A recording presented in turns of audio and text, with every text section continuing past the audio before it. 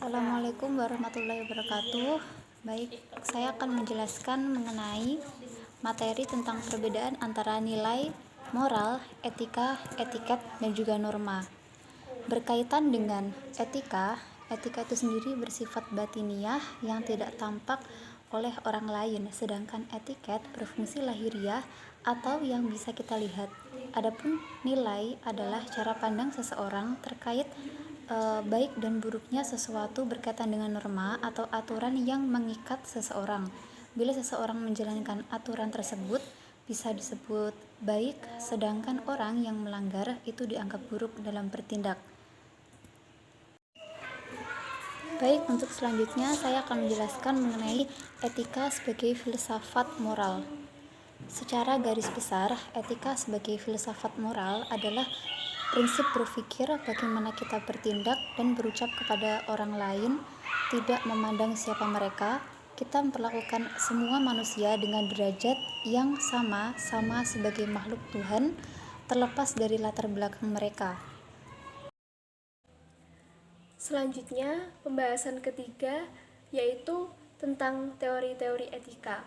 Teori-teori etika ada 6, yaitu egoisme, utilitarianisme, deontologi, teori hak, teori keutamaan atau virtue theory, dan yang terakhir adalah teori etika theonom. Yang pertama adalah egoisme. Egoisme adalah teori untuk memprioritaskan dan menguntungkan diri sendiri. Di sini ada dua jenis egoisme, yaitu egoisme psikologis dan egoisme etis.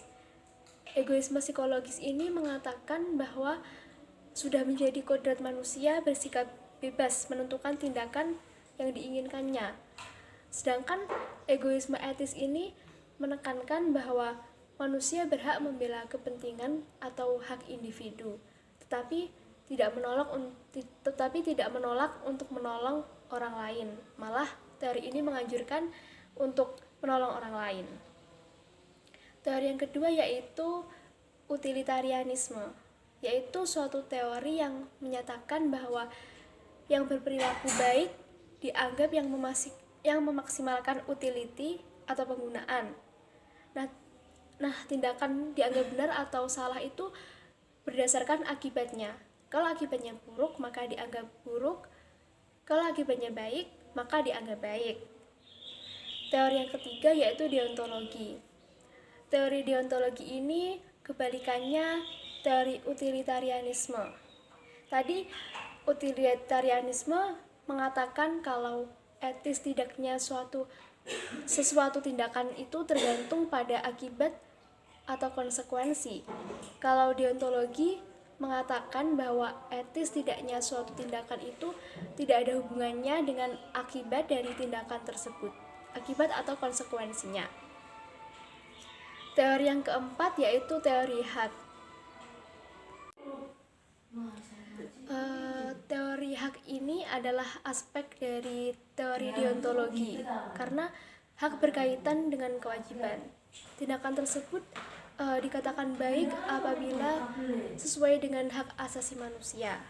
Kemudian yang kelima adalah teori keutamaan atau virtue theory. Teori ini lebih memandang manusia sebagai pelaku moral, seperti cara orang tersebut bersikap atau bertindak seperti baik atau tidak, jujur atau bohong, sopan santun atau tidak, dan masih banyak lagi. Dan teori yang terakhir yaitu teori etika theonom. Teori ini berlandaskan filsafat Kristen. Jadi, tindakan yang sesuai dengan yang diperintahkan Tuhan disebut bermoral baik. Sebaliknya, kalau perbuatan tersebut melanggar ajaran Tuhan, maka disebut bermoral buruk. Mungkin cukup sekian pembahasan dari saya. Pembahasan selanjutnya akan dilanjutkan oleh Saudari Hilya Karima. Saya akan menjelaskan mengenai pengertian sistem etika dan sistem etika Pancasila. Adapun pengertian sistem etika dapat diartikan sebagai tata cara menerapkan prinsip-prinsip terkait berucap dan bertindak dalam memperlakukan orang lain. Nah, etika itu bersifat batiniah di mana seseorang memperlakukan orang lain secara tulus atau tidak. Yang mengetahui itu adalah diri mereka sendiri. Nah, sistem etika Pancasila, adapun yang dibahas dalam materi ini adalah secara garis besar tata cara bagaimana kita memperlakukan orang lain sesuai nilai-nilai dalam prinsip Pancasila.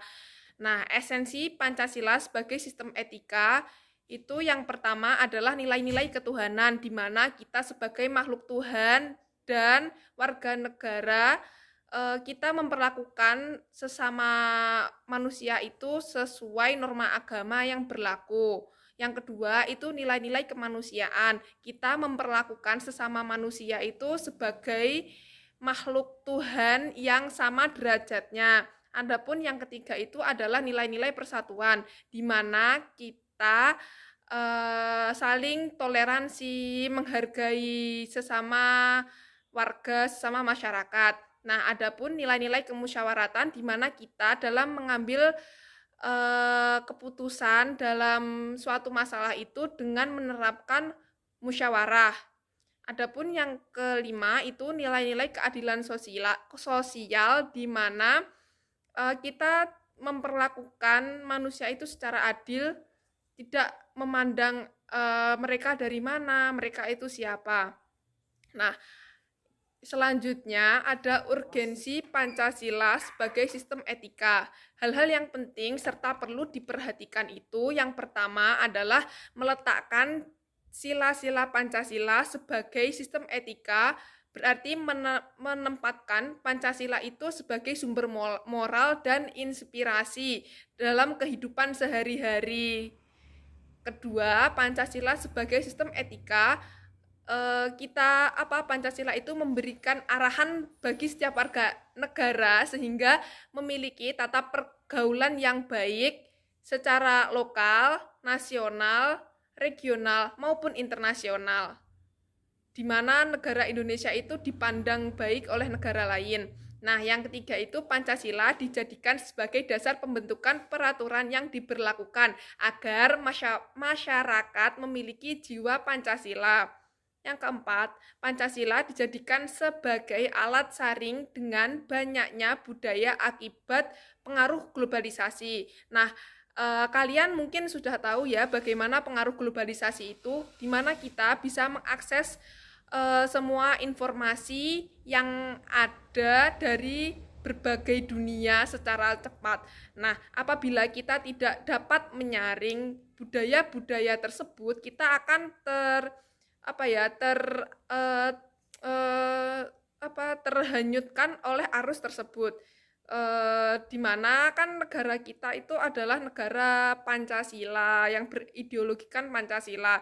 Tentunya berbeda dengan negara seperti Amerika yang berideologikan liberal, yang dimana dalam negara liberal itu bebas, kan Pancasila kan tidak. Nah, selanjutnya alasan diperlukannya Pancasila sebagai sistem etika. Masih banyak masalah yang terkait pelanggaran hak dan kewajiban yang dilakukan oleh penyelenggara negara serta masyarakat Indonesia itu sendiri. Nah, pertama, dekadensi moral yang melanda kehidupan masyarakat, terutama generasi muda, di mana hal tersebut sangat membahayakan masyarakat dalam keberlangsungan hidup bernegara. Seperti yang saya sebutkan tadi, ada pergaulan bebas, narkoba, terus rendahnya rasa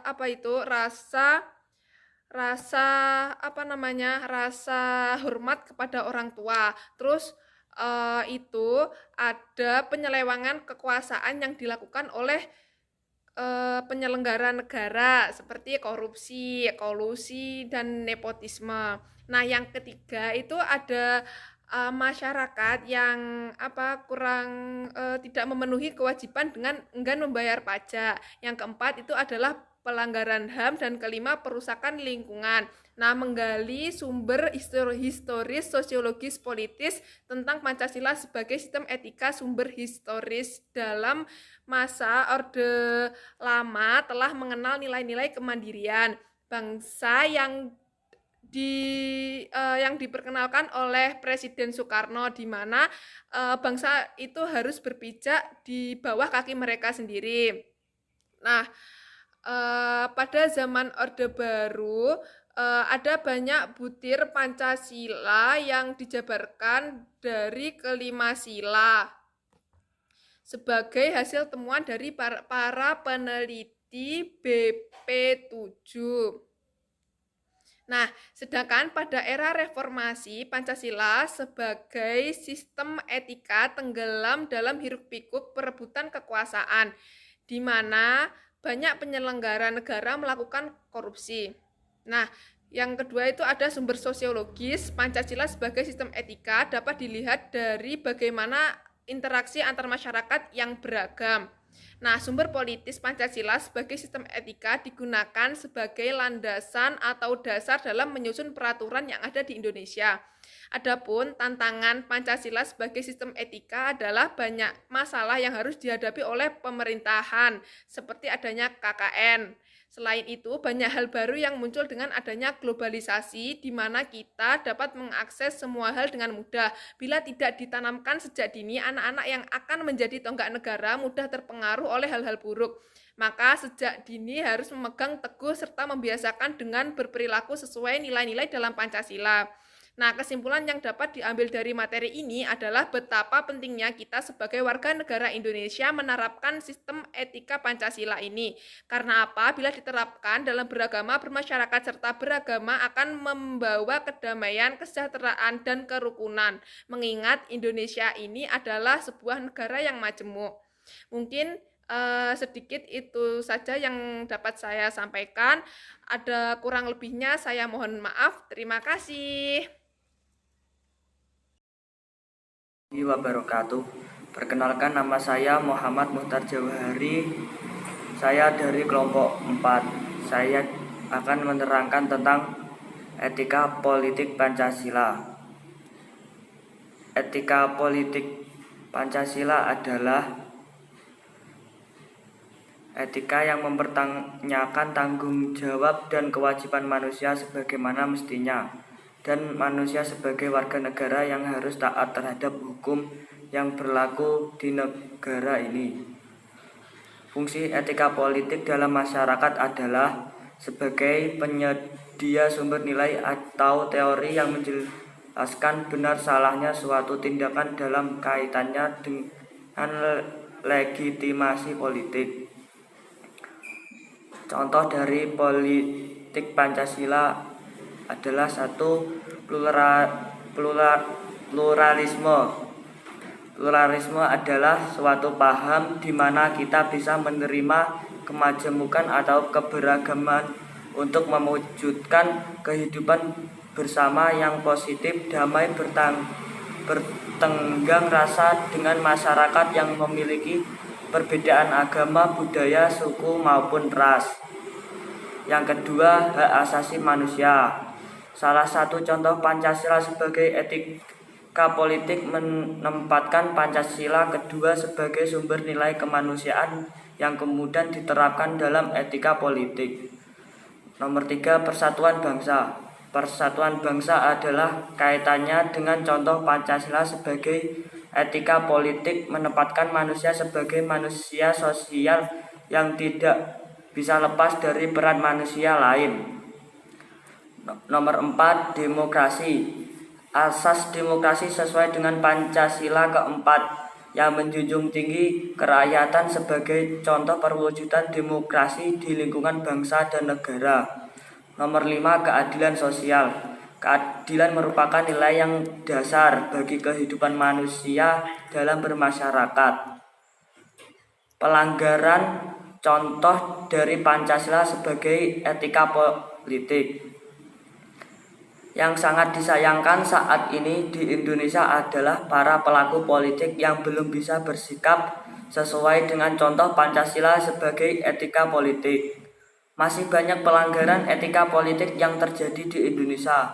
Contohnya pelanggaran etika politik yang terjadi di Indonesia termasuk dalam contoh kasus pelanggaran Pancasila.